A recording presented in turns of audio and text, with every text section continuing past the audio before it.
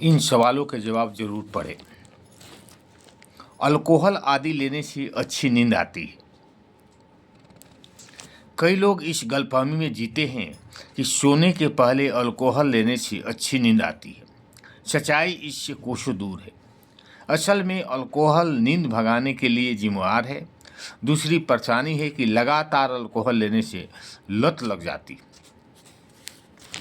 दूसरा, बेड पर जाने के बाद भी करवट ही बदलते रहे तो क्या करें। अगर नींद किसी स्ट्रेस की वजह से उड़ गई है और ऐसा अवसर होता है तो पहले स्ट्रेस दूर करें। अगर ऐसा कभी कभी हो तो इसके लिए उपाय किए जा सकते हैं। दरअसल नींद भगाने की वजह यह भी है कि हम इसके बारे में सोच सोच कर परेशान होने लगते हैं।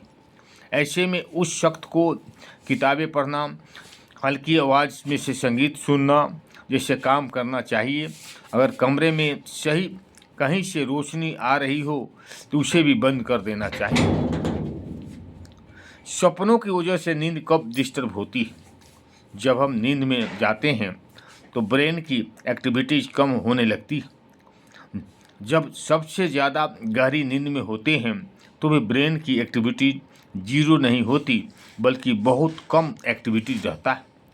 कई बार हम सपनों में भी एक्ट करने लगते हैं, जैसे कुछ बोलना, हाथ पैर चलाना। कुछ लोगों को स्लिप वॉकिंग और नींद में चलने की आदत होती है।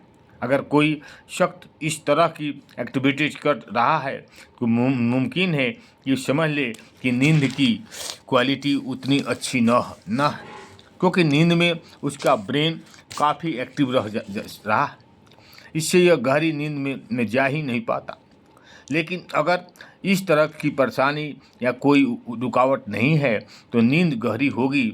सीधे कहे कि नींद में देखे हुए जो सपने नींद खुलने के बाद याद न रखे, वह नींद बेहतर मानी जाती है। उठने के बाद फ्रेश महसूस होना चाहिए, ऐसा न लगे कि अभी और सोना है। खराब नींद मतलब इम्यूनिटी की कमी। 2 दशक पहले तक नींद को ज़्यादा गंभीरता से नहीं लिया जा सकता है, बल्कि वह माना जा रहा था कि जो सोआ वो खोआ, जो जागा सो पाया। लोग ये मानते हैं कि हमारी सेहत में हमें सेहतमंद बनाने में नींद की कोई खास भूमिका नहीं है। लेकिन जैसे जैसे स्टडी हुई, नई रिसर्च सामने आई तो यह तय होता गया कि नींद की भूमिका शरीर की लगभग हर गतिविधि में होती है। अच्छी नींद का सकारात्मक असर हमारी शारीरिक और मानसिक क्षमताओं पर होता है। शरीर की इम्यूनिटी बेहतर होती है। ओम शांति। अच्छा लगे तो लाइक करें, सब्सक्राइब करें।